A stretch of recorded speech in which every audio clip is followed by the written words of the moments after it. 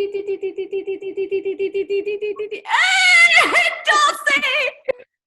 Welcome everyone again to Astrology Victoria with Dulcie and Tatiana under the Astro Blanket as usual here for you guys. And what are we discussing today, Dulcie? Moving on from what that we left? about the next sign. So we have already discussed Aries and Taurus. So if you'd like, you can check out those videos on our channel. And today we're going to talk about Gemini.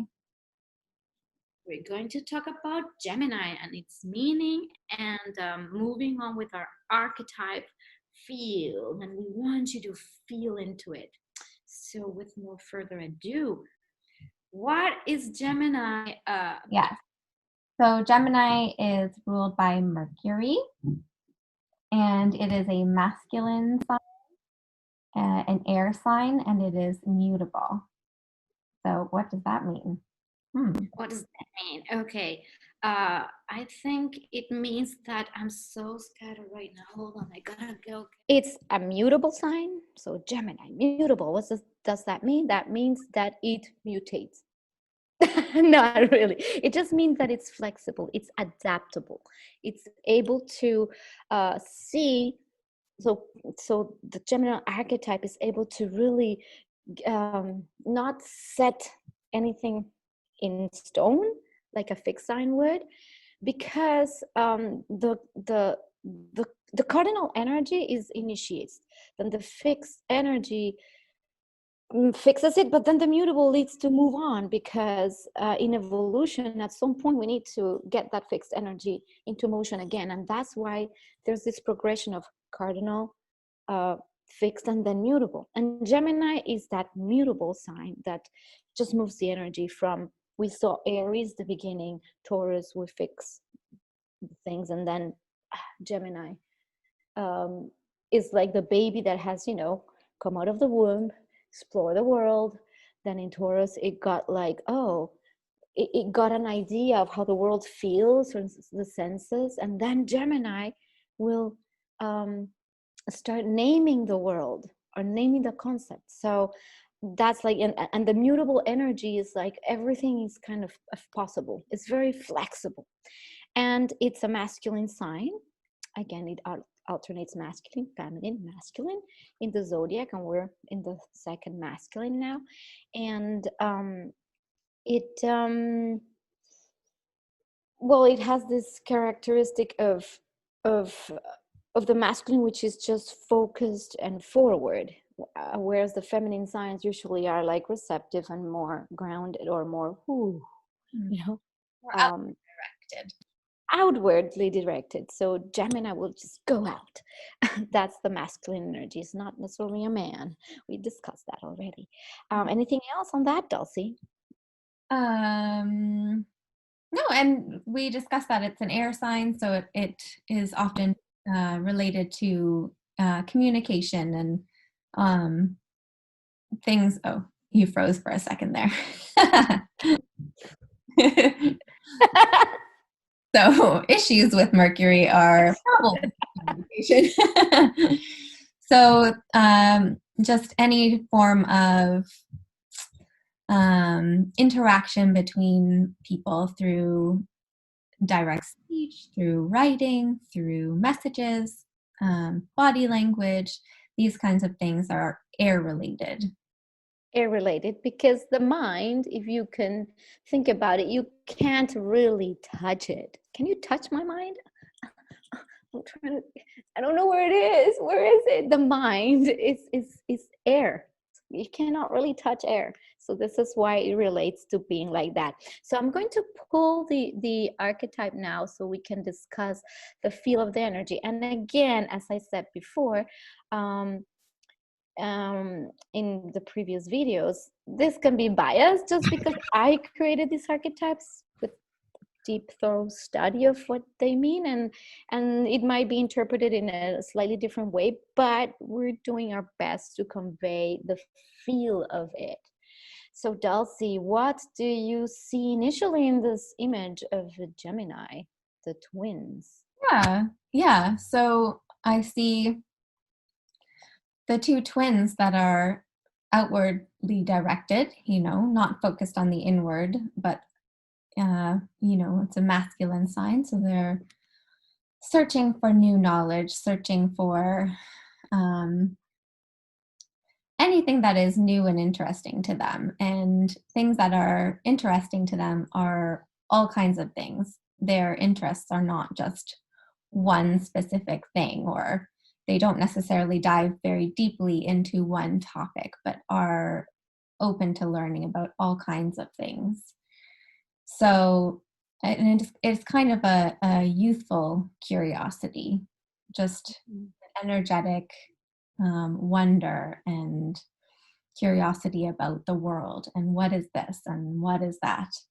And the letters floating around, to me, they symbolize a form of communication, but it's or a form of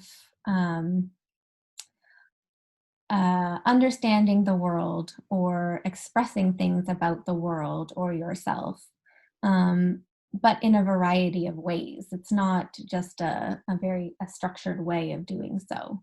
It's kind of a little bit here and a little bit there, and floating in the air, as is Gemini. And yeah, just the variety that this symbolizes. The variety, and they like dogs, but they don't just like dogs, they also like cats.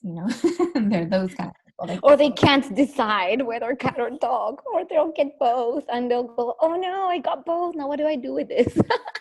I don't want to want all of them.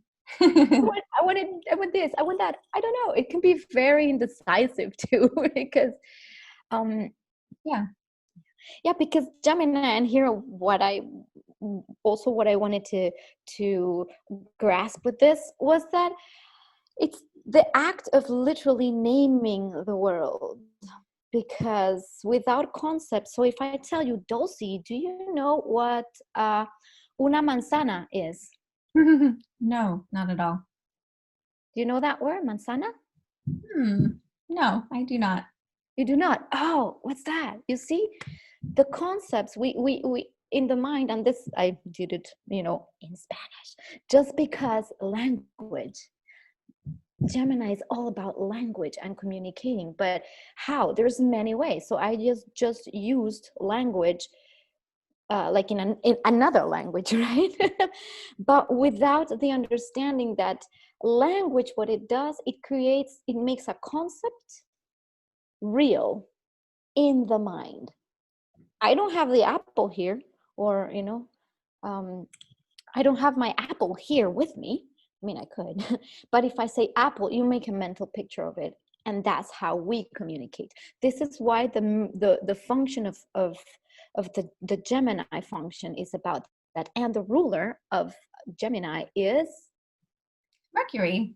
And Mercury Mercury is the messenger, is Hermes, the messenger of the gods, going from one side to the other to deliver the messages, So it's this very youthful energy, and the communication. And when it goes wrong, what happens when communication goes wrong, Dulcie?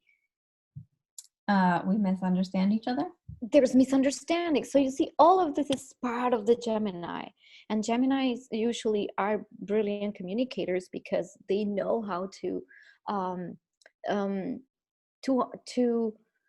tell the stories in the best way possible. Their minds are so active usually, and Gemini is like everything's up here in the mind. In this picture you see here, they are just kind of floating. They're floating in the air, and the checkerboard is that kind of duality as well, but it's not really solid. It feels like, is it even real, or is it just created by the mind? So this is why Gemini I believe needs to be understood like that. like this variety of perspectives. Gemini is all about the perspective. It's not about the absolute truth. It's about everything is possible. The mind can create basically anything. And what else is the youthfulness as well? It's very funny. Gemini can be very, very funny because the mind's fast, quick. Yeah, and Gemini people in general are fairly adaptable, able to kind of be thrown into any environment and any culture and with any group of people and be able to get along quite well. And it's very friendly. Yeah, it's very friendly, very chatty, very open, and very light as well. It's light energy. It doesn't go very deep into anything. So how about some words to describe the higher octave of Gemini? okay, so in addition to what we have said, I would say intellectual, interested in a variety of things we've already said, but clever with words, quick-witted, I like that. Using their mind more than emotions, and good at self-expression, and maybe, quick in thought, and enjoys freedom, I would say. Yeah. So I have a few words here. So I have curious, open-minded, zestful. Is that even a word? Yeah, obsessed. Zest. Funny. Mental. Yeah, I'll add to that. I do have it's also the witness, because it witnesses everything with this curiosity. The storyteller. Who is a Gemini? The storyteller, communicator. And also it's the student, because the student is always wanting to learn. Just absorb. I'll see the leaf and the bark and the root, but I probably won't see the whole tree. It really focuses on the on the little things without thinking too much of the bigger picture. However, this is so the higher octave. How about the lower octave of Gemini when it's not in balance? So easily bored, I would say. Once they've spent some time with something, they are ready to move on to the next potential interest, and taking on too many projects because of that diversity of interests, and taking on more than you can chew. Yeah, and leaving tasks unfinished. I also have here, it could be very scattered. So it's, like you said, too much. Unreliable could go there, because precisely it's like, oh, they're interested in this, but they don't know follow through necessarily. Could be like, oh, I lost interest, and then like, oh, what? But we have a project that's due in like 20 years, And Gemini is like, long gone,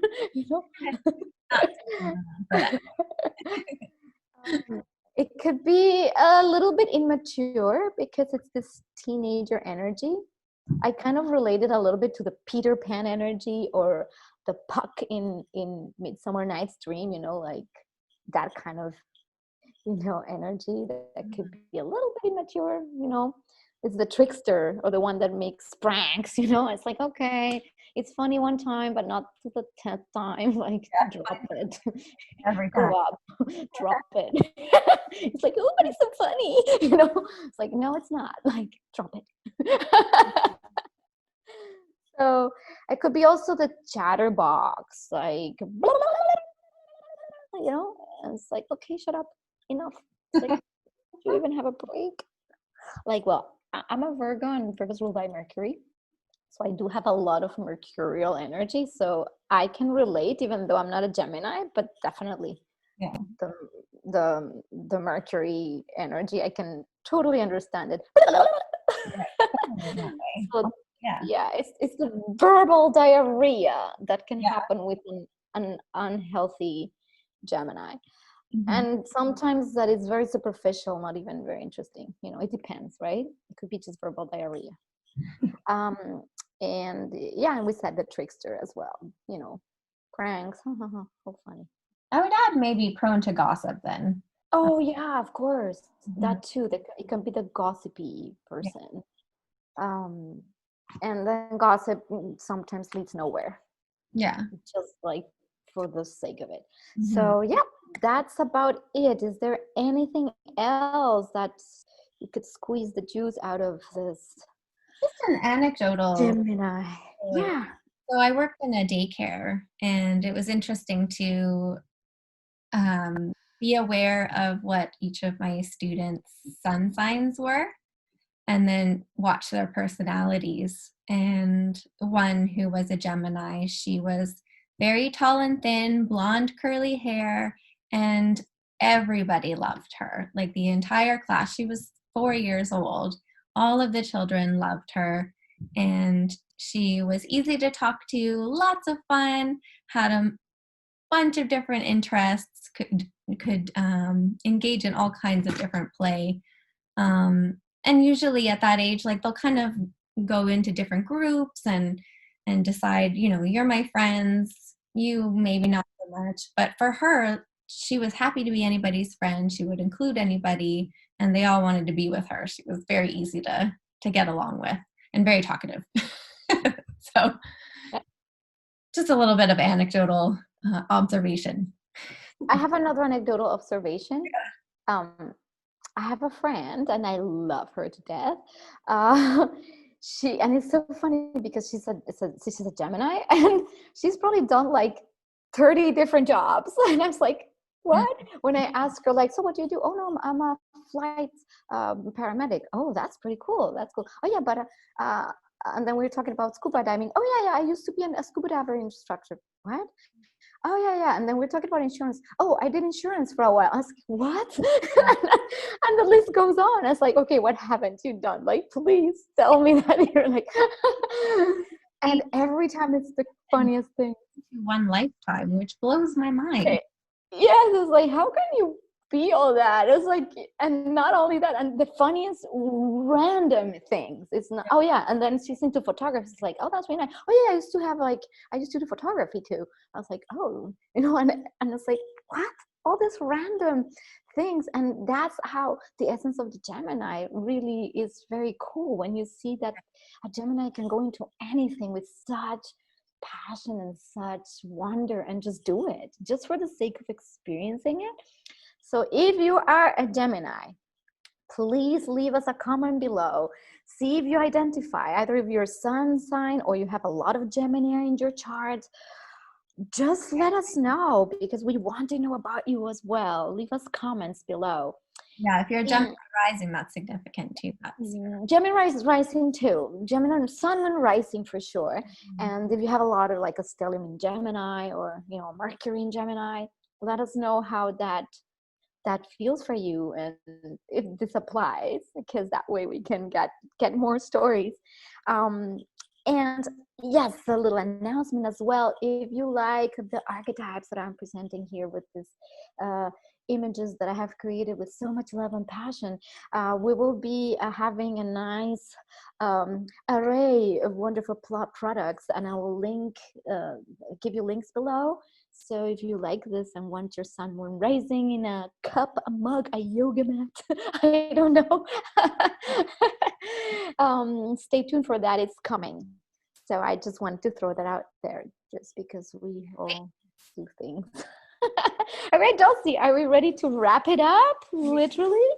Sure, yes. Go to outer space and we'll see the floating raccoon.